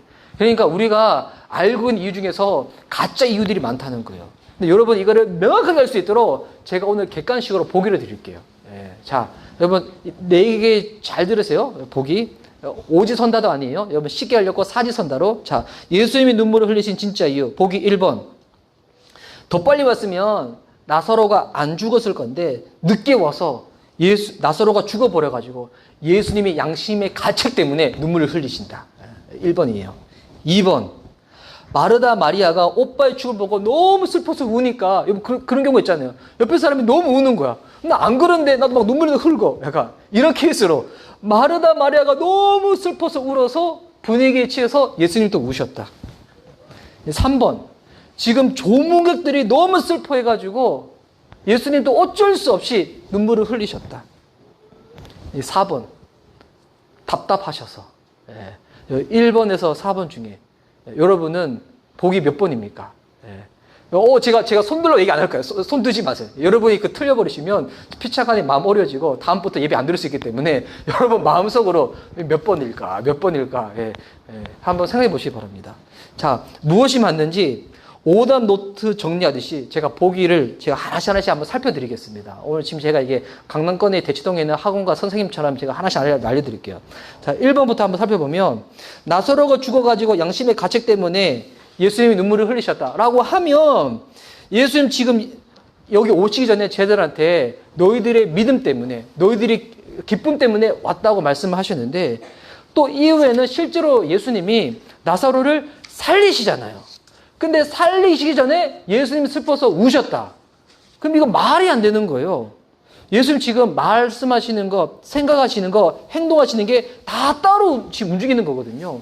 뭐 이게 분열 증상도 아니고 예수님 그럴 수 없는 거잖아요. 근데 1번은 아예 답이 아니에요. 예. 그럼 2번. 마르다 마리아가 오빠의 죽음 때문에 슬퍼하는 거 보고 예수님도 너무 슬퍼서 우셨다. 이것도 말이 안 되죠. 왜? 예수님 잠시 지나면 오빠 살리시거든요. 예. 당신이 살리실 건데 살리기 전에 슬퍼서 운다. 이거 이상한 거잖아요. 예. 이것도 답이 아니에요. 3번. 분위기에 젖어가지고. 예수님 어떤 분이신데 예수님은 주변 사람들이 어떤 분위기를 조성한다 할지라도 하나님 뜻을 반드시 이루시는 분이세요. 예수님 분위기에 취하지 않으세요. 여러분 이것도 아니에요. 그럼 답은 뭘까요? 이야, 기막히게도 참 이해도 안 되는 부분이기도 한데 답답해서 우셨다는 거예요. 답답해서. 왜 답답해서 우셨는가? 단시 조문객들도 예수님이 우시는 이 모습을 보면서 이 질문 가운데 보니까 다 틀린 답을 체크해요. 어떻게 할 수 있냐면 36절을 보니까 이에 유대인들이 말하되 보라 그가 얼마나 사랑하셨는가 하며 예수님도 나 사람 너무 사랑하시는데 나사로 죽은 거 보고 우시는 거 아닌가. 근데 37절 그 중에 어떤 이는 말하되 맹인의 눈을 뜨게 한 이 사람이 그 사람은 죽지 않게 할 수 없었더냐 하더라. 보니까 예수님은 능력이 있으신데 날 때부터 앞을 보지 못하는 맹인은 눈뜨게 할 수 있는데 죽는 자까지 살릴 수 있는 능력은 없는 거예요. 예수님이 지금 자기 능력 부족 때문에 답답해서 오신다. 여러분, 이거다. 사람들이 이렇게 생각한다는 거예요. 근데 예수님은 이게 아니에요. 예수님이 지금 이 사람들을 보시는 거예요. 인간을 보시는 거예요. 여러분, 인간의 삶이 어떻습니까? 유한한 생을 이 땅에서 살다가 또한 이 사는 이 생도 만만치가 않잖아요. 힘겹고 고통스럽고 참 피곤한데, 근데 그런 인생 살다가 그 인생의 마지막 종착지가 뭐예요? 죽음이잖아요. 인생을 왜 사는지도 모르고 왜 죽는지도 모르고 사는 인생들. 그러니 눈에 보이는 게, 주변 사람들이 말하는 게 다인 줄 알고 인생 살다 끝나버리는 거예요. 그 앞에서 사람들이 고작 할 수 있는 것은 뭐냐면 우는 게 전부인 거예요. 우는 게 전부. 이들을 보면서 예수님이 마음이 지금 안 좋으신 거예요.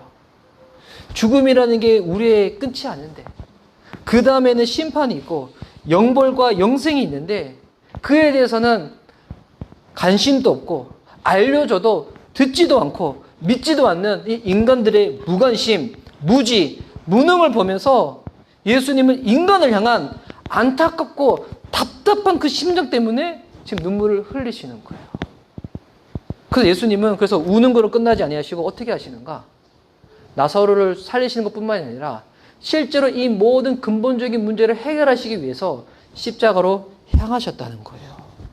그래서 여러분, 모든 예수 관계 풀리는 게 답이고 물질이 풀리는 게 답이라고 얘기를 할지라도, 여러분, 그게 풀려도 언젠가 우리는 다 죽음의 순간에 놓이게 되고요. 이 땅 살아가는 이유에 대해서 궁극적으로 우리 스스로 찾고 발견할 수가 없어요. 정말 하나님이 창조주이시고 예수님이 우리의 죽음까지도 이겨내신 분이시라면 우리 인생의 답은 예수님밖에 없다는 거예요.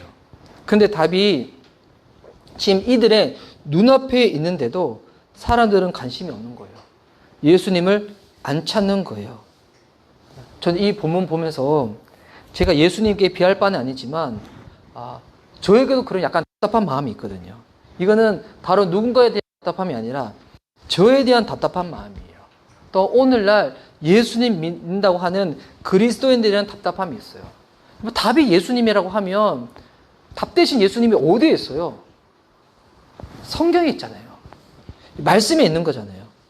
근데 사람들은 성경을 잘 안 읽기도 하고 성경을 읽을 때도 어떻게 읽냐면 인간이 죄인이다 보니까 자기 이기적인 성향과 자기 중심적인 성향으로 성경을 읽어요. 읽으면서 다 이렇게 본인이 읽고 싶은 것만 읽고 읽기 싫은 건 안 읽고 묵상도 안 하고 관찰도 안 하는 거예요. 그러니까 성경을 읽더라도 그런 관점을 읽으니까 성경을 자기 멋대로 해석해가지고 성경 말씀에 있는 본연의 의미를 못 찾는 거예요. 여러분, 이게 한번 생각해보세요. 주변에 이제 운동 좋아하시는 분들 중에서 한 자전거 20년 탔다, 아니면 수영을 한 20년 했다. 그래서 20년 했다는 것은 그분들이 취미생활로 하는 거니까 매일 하는 건 아니잖아요. 만약 일주일에 한 번씩 20년을 했다. 또 잘하고 싶으신 분들은 되게 동호회 같은 걸 하잖아요. 뭐 자전거 동호회 드시든지, 뭐 수영 동호회 드시는지. 그리고 난 다음에 20년이 지나면 우리는 되게 그 사람들 뭐라 부르는지 알아요? 와, 전문가네? 라고 불러요. 예.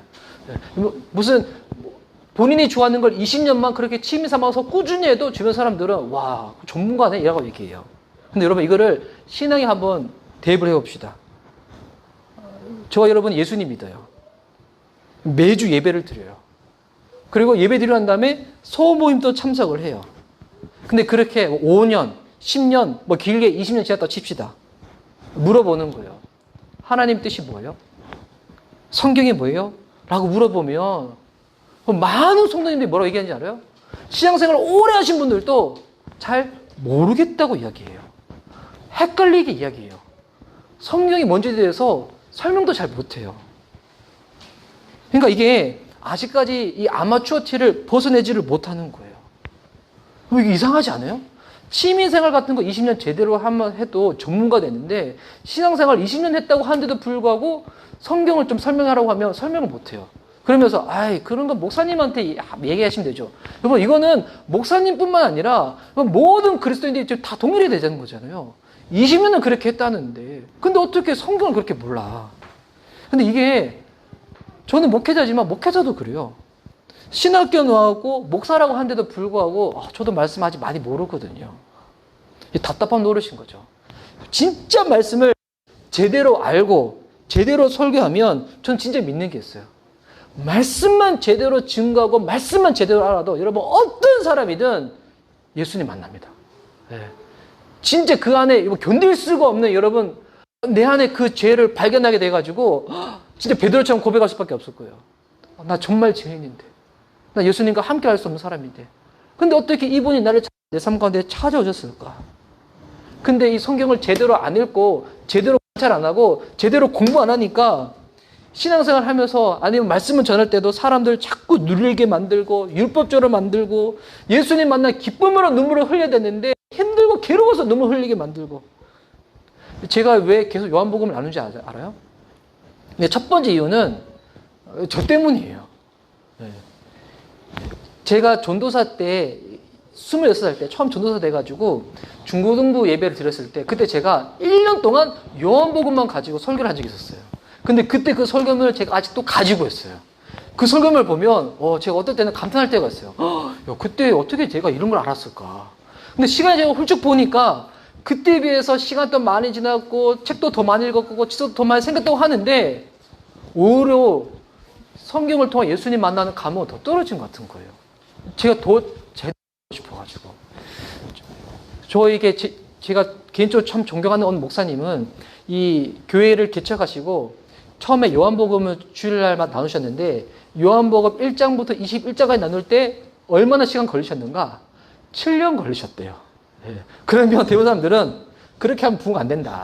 그렇게 하면 부흥의 물건 사람 모이는 게 부흥은 아니지만 그렇게 하면 부흥 안 된다. 요즘 사람들이 그렇게 하면 너무 지겨워한다. 라고 하는데 진짜 그분이 요한복음은 7년 동안 설교를 하시고 하나하나씩 정말 사람의 이기적인 생각한 게 아니라 주님의 말씀 주신 의도에 접근해가 하니까 그 교회가 어떻게 되는가?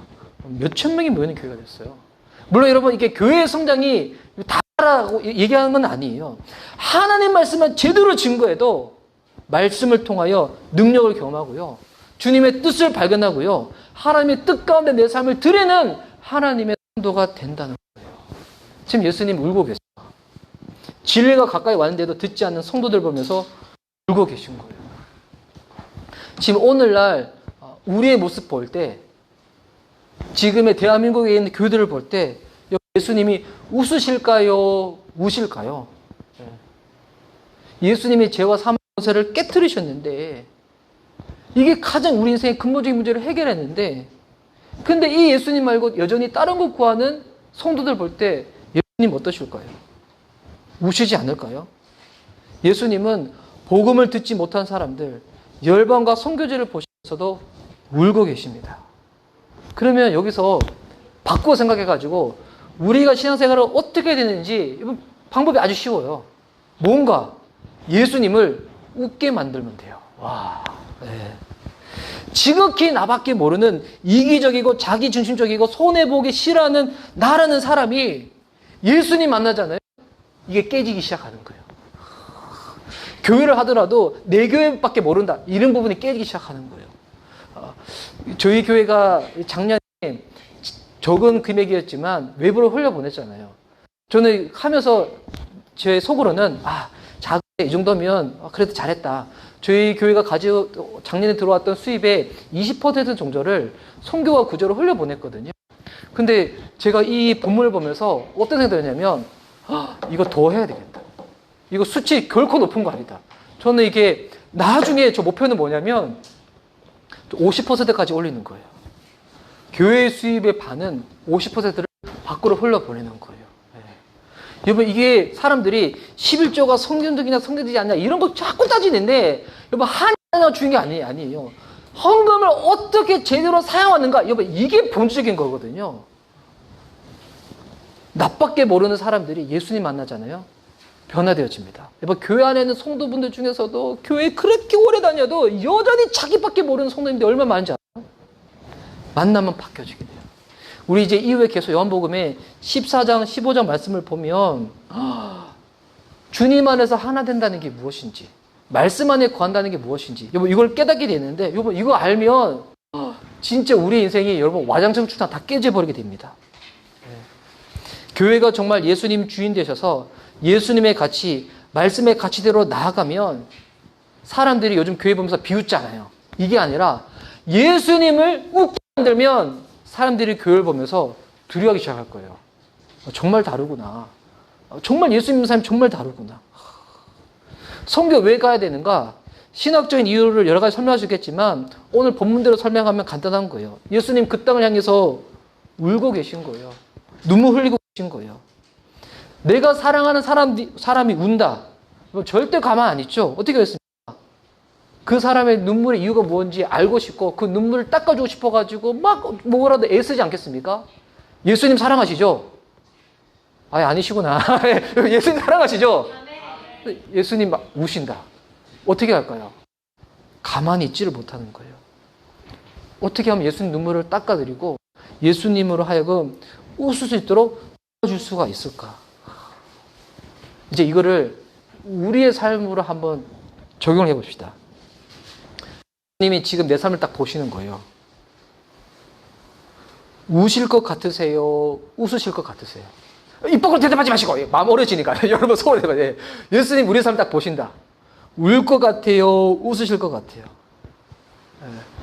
여기서 이제 우리의 신앙의 방향과 이게 나갈 길이 딱 정해지는 거예요.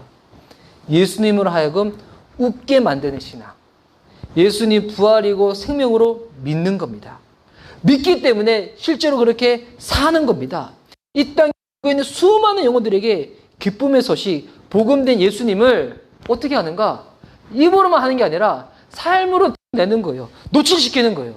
제가 주중에 우리 자매님 통해서 들었던 강의 중에서 와, 그 문구 너무 강렬했어요. 노출이 가치를 창출시킨다고. 여러분, 노출이 가치를 창출시킨대요. 여러분, 신앙도 마찬가지예요. 내가 정말 예수님 믿는 신앙이다. 우리의 이 신앙을 통해서 예수님의 그 말씀의 능력, 정말 복음대로 사는 그 삶의 가치가 드러나게 될 줄 믿습니다.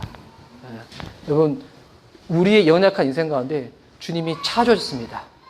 그분을 믿는 신앙으로 말미암아 예수님으로 하여금 웃게 만드는 신앙, 예수님으로 하여금 웃게 만드는 교회, 그렇게 나아갈 수 있는 저와 여러분 되시기를 주의 이름으로 축복하는 바입니다.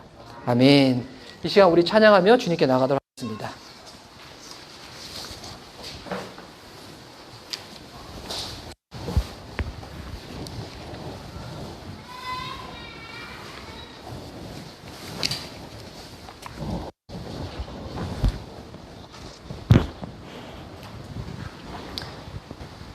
자, 지금 예수님께서 나사로의 죽음 앞에서 울고 있는 수많은 사람들을 보시면서 예수님도 함께 지금 눈물을 흘리고 계십니다.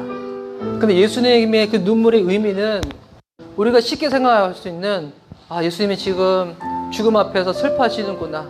여러분, 이 정도로 우시는 것이 아니라 아무것도 할 수 없고 답답해하는 그 인생들을 바라보며 정말 답이신 예수님이 그들 앞에 있는데 예수님 찾지 않는 그들을 바라보며 눈물을 흘리고 계신 겁니다. 예수님이 인생의 답이 되시고요. 예수님이 우리 교회의 주인 되시고 또한 답이 되시는 줄 믿습니다. 그분의 뜻을 알면, 그분의 뜻대로 살아내면 우시는 눈물 흘리고 계시는 예수님 눈물을 닦아드리고 예수님을 하여금 웃게 만들 수 있는 그와 같은 신앙인 교회가 될 수 있는 줄 믿습니다. 먼저는 주님이 우리의 한숨과 슬픔을 기쁨으로 바꿔주셨잖아요. 소망으로 바꿔주셨잖아요. 여러분, 예수님으로 하여금 그와 같은 신앙으로 나아가겠노라고 우리 그 마음을 담아서 우리 이 찬양 주님께 올려드리며 나가도록 하겠습니다.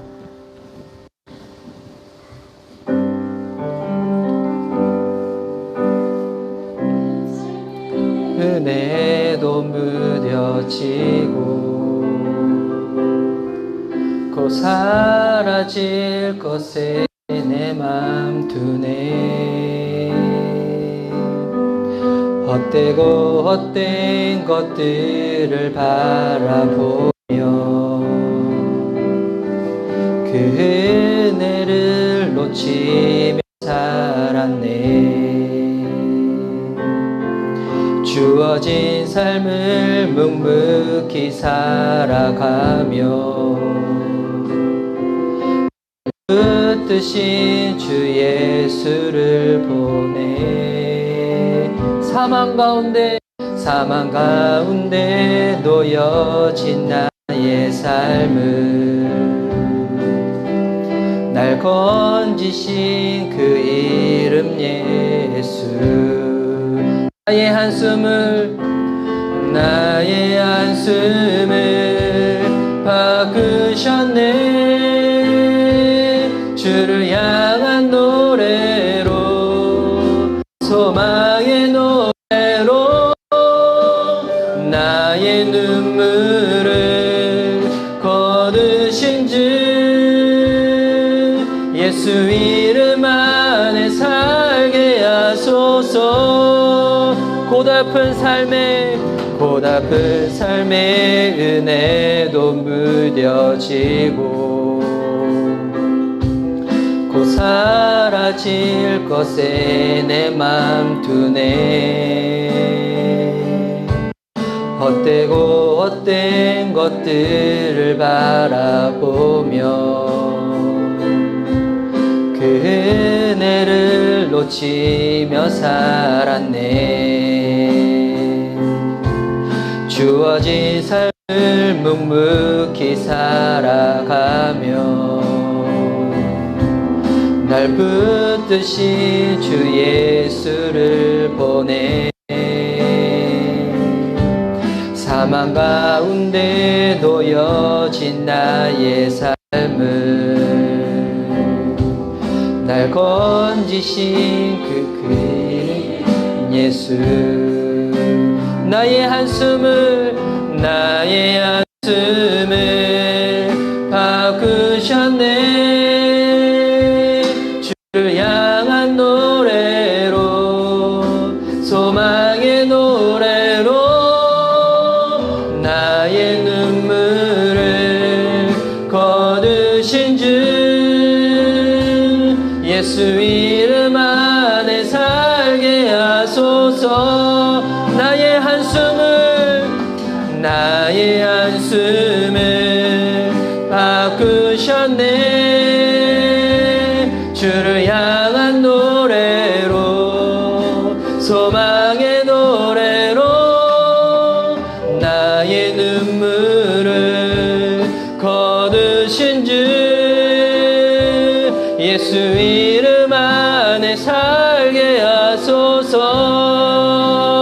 이 시간 들은바 말씀을 가지고 주님께 기도하며 나아갑시다. 아는 것으로 끝나지 아니하고 주님께서 말씀하신 바대로 실제로 믿는 믿음으로 살기를 소망한다고 하나님 죽음과 사망세를 깨뜨리시고 진정한 생명 이 땅에서 우리가 무엇을 바라보며 어떻게 살아야 될지 그 답이 예수님이신데 예수님 부여잡고 사는 인생으로 주님께 나아가겠노라고 들은바 말씀을 우리 마음 가운데 새기며 우리 예수 이름으로 주님께 기도하며 나가도록 하겠습니다. 예수님 오 주님 오 주님 오 예수님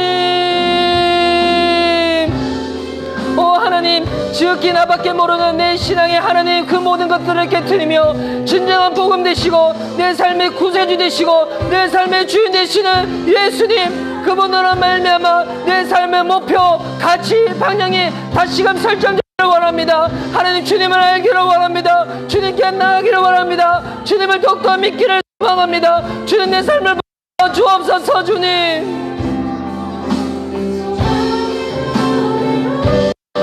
오 예수님 하나님 주님으로 말미암아 하나님 이 땅을 바라보며 울고 계시는 예수님의 그 눈물을 닦아주기를 원합니다. 하나님 우리의 삶을 보시면서 기뻐해 주시면 나기를 원합니다. 나의 한숨을 바꾸셨네. 주를 향한 노래로 소망의 노래로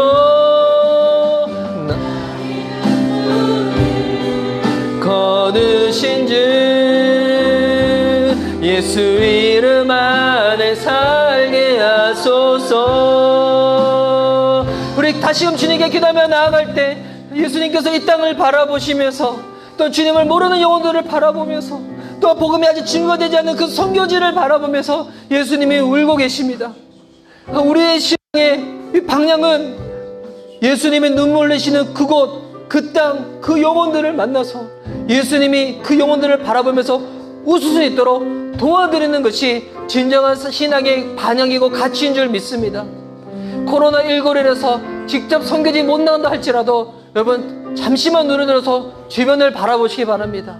얼마나 예수님 필요한 사람들이 많이 있는지, 예수님의 이름으로 도움을 받아야 될 사람들이 많이 있는지.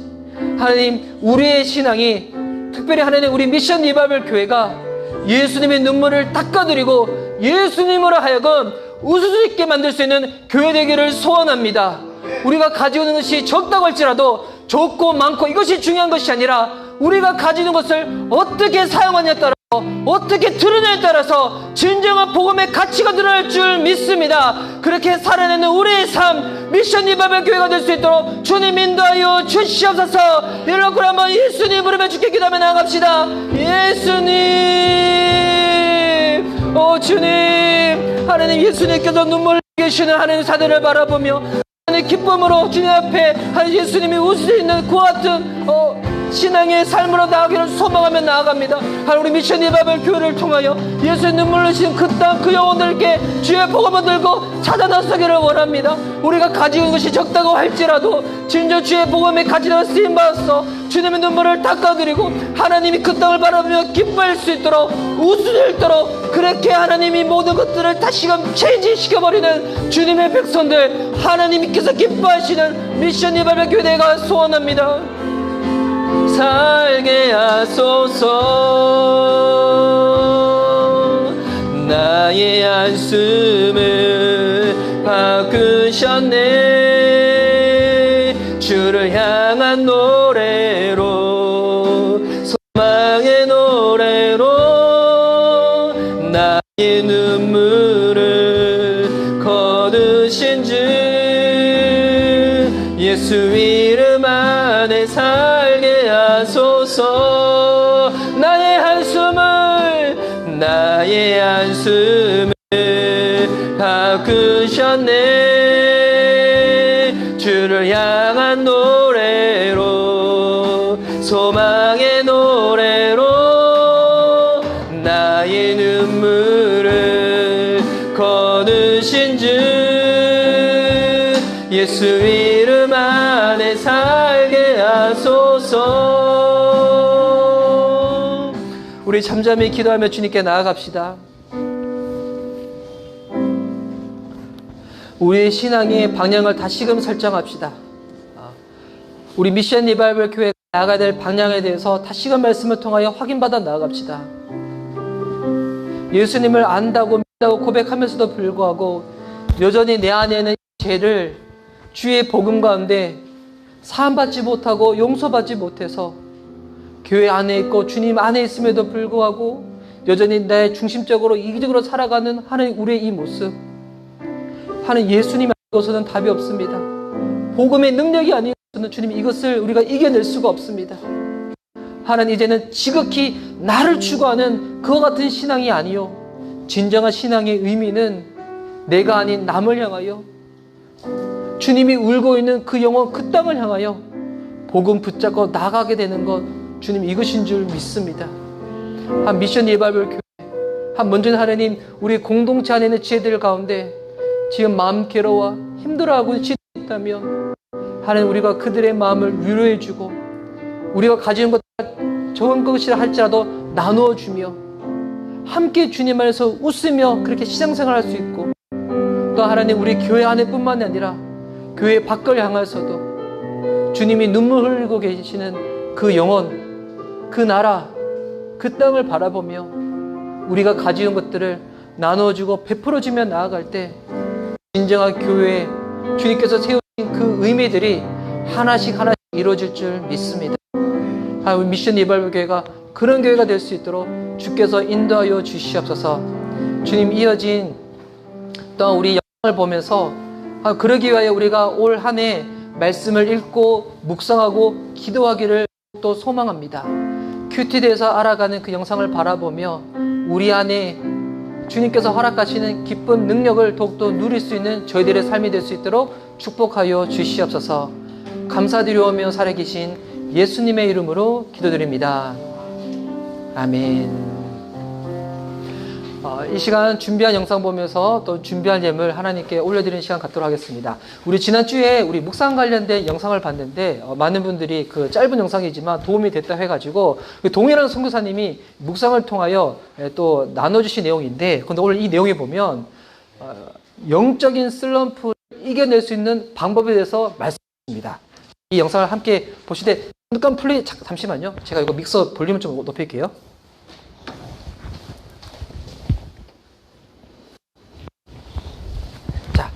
함께 보시도록 하겠습니다. 원더들이 너무 일을 많이 시키면 할렐루야. 아프리카의 주민을 제공하고 있는 인근이 선교사입니다.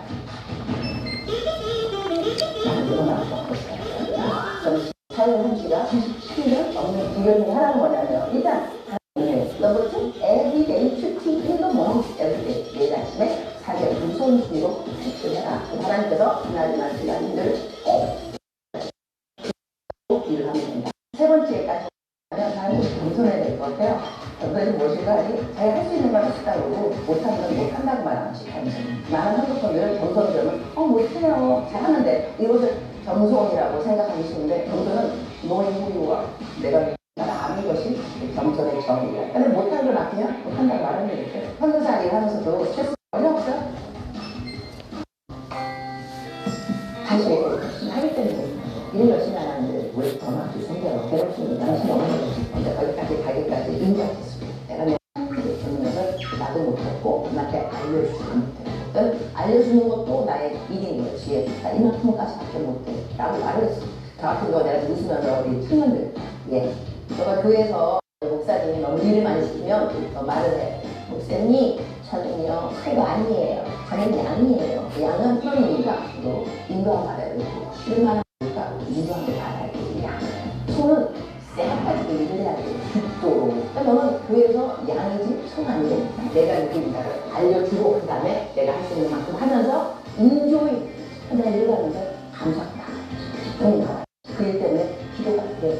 근데 왜 이게 고생처럼 그렇게 되는가? 글쎄요. 믿음이 부족하기보다는 하나님을 향한 열정이 있다는 것이 사실이죠. 그러나 성경에 뭐할 수 있냐면 누가 5일을 가져가려면 10일을 가져가고 있어요. 근데 15일을 가져간다는 거죠. 우리는 힘드신 거 아니? 내가 교회도 그렇고 뭐 도와주세요, 뭐 해주세요, 힘내주세요. 내가 열심히 할 수 있어요. 근데 15일은 뭐냐면 너무 크게 가는 거지. 그러다 우리는 참소의 영에 걸려 들어갑니다. 말겠지만, 야, 너 조금 더 했어야지. 어떻게 그것만 하냐. 가지 않아도 되는 길을 더 가려고 하면서 거기서 실체된다는 거지. 하나님이 가라는 것보다 많이 갔기 때문에 내가 기쁨을 잃어버렸구나 라고 스스로 자가 진단을 할 수 있어요. 왜냐하면 성경 말씀에 항상 기뻐하라, 쉬지 말고 기도하라, 검사에 감사하라. 이는 그리스도 예수 안에서 하나님이 너랑 뜻이라 분명히 말씀하셨어요. 그러면 내가 일을 하다가 기쁨을 잃어버렸다 그러면 잠깐 다시 생각해야 돼. 내가 큐티할 시간도 없고 감사도 안 나와, 기도할 시간도 없었어. 그럼 내가 하는 일을 주의 일, 누가 그게 주의 일이라고 했어. 정확하게 짚을 때가 하나님 그러시고 내가 어떻게 내 일이라고 했지? 그건 너 일이지, 내 일은 아니야. 이렇게 말씀하실 거예요. 사람이 최선을 생각할 때 일의 용도 내지는 일의 성과를 생각할 수 있습니다. 저는 보지 않고 최선을 나의 최선은 뭐냐면 내가 일을 할 때 끝까지 감사했다, 끝까지 나 기뻐했다, 최선입니다. 그래서 남들은 최고가 중요한 건 뭐냐면 하나님의 마음을 깨닫는 것이죠. 성경에는 픽스요 안에서 지키었어요. 예수께 시선이 고정하라. 예수님의 일에 시선을 고정하라가 아니고 예수님께 시선을 고정하라. 나하고 하나님의 관계인 거거든요. 내가 일을 많이 하는 것이 중요한 것이 아니라 하나님이 하라, 하지 말아라, 여기까지야 알아듣는 이것이 중요해요. 근데 이거는 내가 선교사 26년 주력하면서 중요하고 배웠어요. 하라치면 하라 했어. 그게 아니고 하다 보니까 이거 아니구나. 그래서 하나님 기뻐하는 것들은 잘하는 것이 잘해서가 아니라 그건 하나님이 이해하실 때고 잘하게 하고 싶으면 잘할 수 있겠죠. 그러나 하나님이 원하시는 것은 내가 너를 지명하는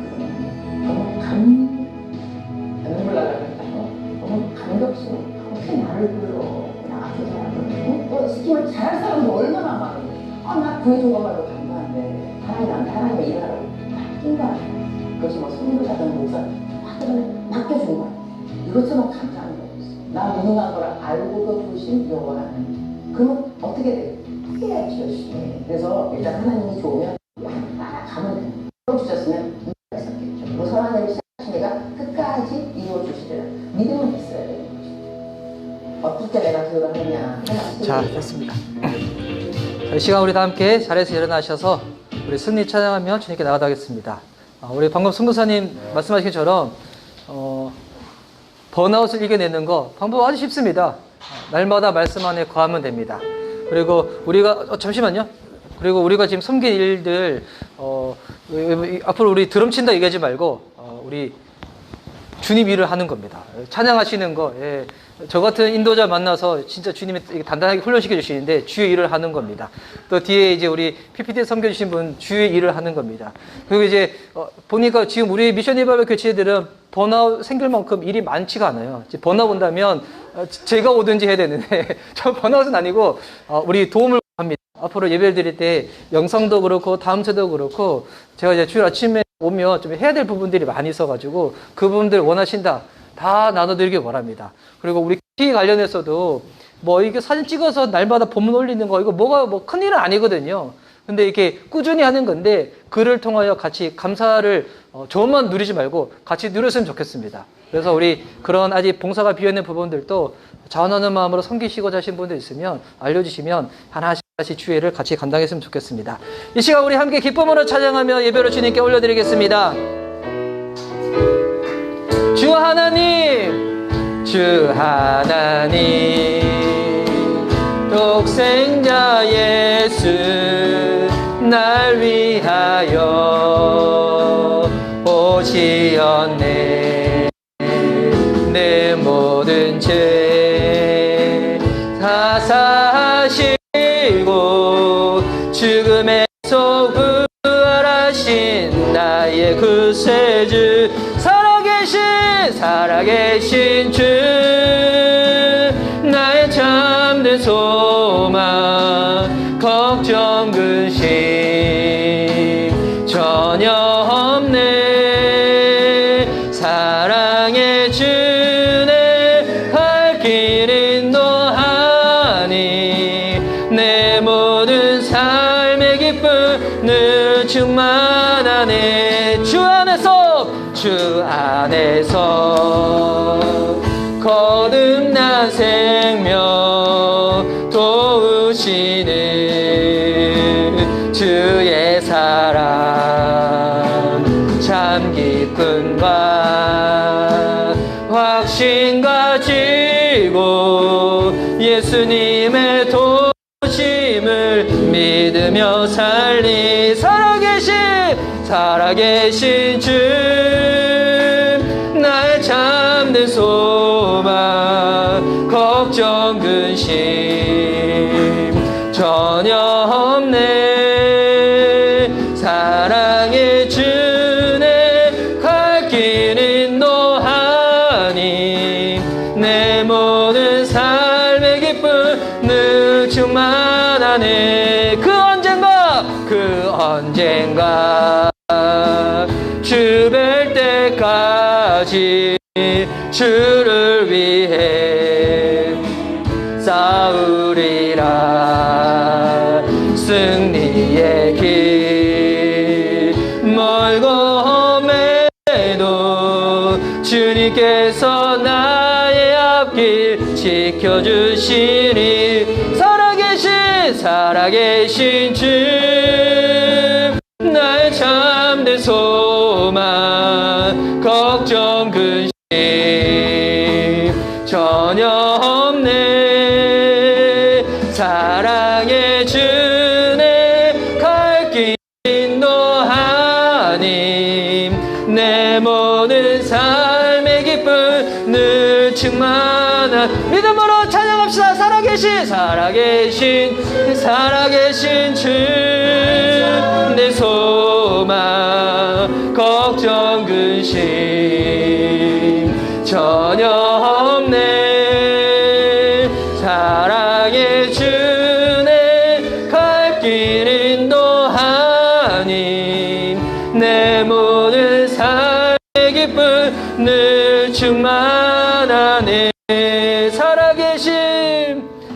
살아계신 주 나의 참된 소망 걱정 근심 전혀 없네 사랑의 주네 갈 길 인도하니 내 모든 삶의 기쁨 늘 충만하네. 할렐루야. 우리의 생명 되시고 받으신 예수님께 영광의 박수를 나갑시다. 할렐루야. 기도하도록 하겠습니다. 이제는 우리 주 예수 그리스도의 은혜와 하나님의 크신 사랑과 성령님의 교통하심이 우리의 생명이고 부활 되시는 예수님을 믿는 믿음으로 주님께서 눈물 흘리시는 그 땅 가운데 주님 말씀 붙잡고 말씀대로 살아내며 내가 예수님 믿는 사람이라고 입술로 삶으로 노출시키며 살겠노라고 믿음으로 결단하는 하나님의 자녀들의 삶과 발걸음 위에 이 시간 온라인으로 예배드리고 있는 우리 귀한 믿음의 지혜들의 삶의 현장 가운데 영원토록 함께하기를 간절히 축원하옵나이다. 아멘.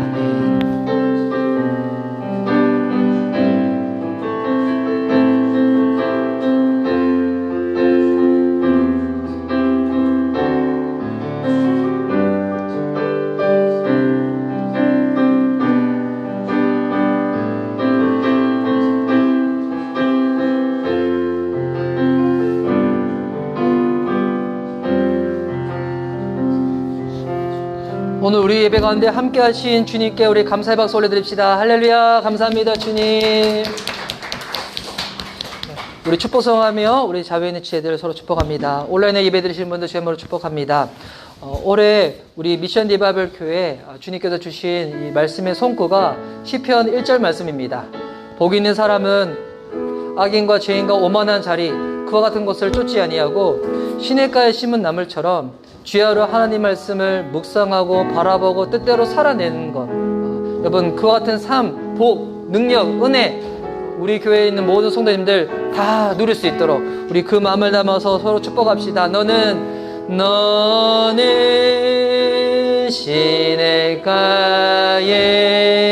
시냇가에 심은 나무라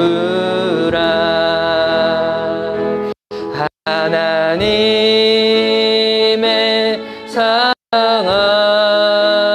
안에 믿음 뿌리 내리고 주의 뜻대로 항상 사세요. 우리 예배팀들 향해서 지금 영상으로는 저만 나가고 있는데 저 옆에 반주로, 드럼으로, 노래로, PPT로 섬기는 우리 귀한 믿음의 동력자들이 있습니다. 우리 이들을 향해 가지고 우리 한번 얼굴 펴질 정도까지 축복 한번 합시다. 주의 시절을 쫓아 구원 열매 맺으며 주의 영화로운 빛 너를 보아리니 주의 뜻대로 항상 사세이라. 아멘. 할렐루야. 축복합니다. 온라인으로 예배드리신 분들 주의 이름으로 축복합니다. 이번 한 주간도 주님 말씀 보여잡고 믿음으로 승리하시길 바랍니다. 할렐루야. 우리 자리에 잠시만 우리 앉으시도록 하겠습니다. 자, 영상 송출은 이제 오프로 해주시겠어요?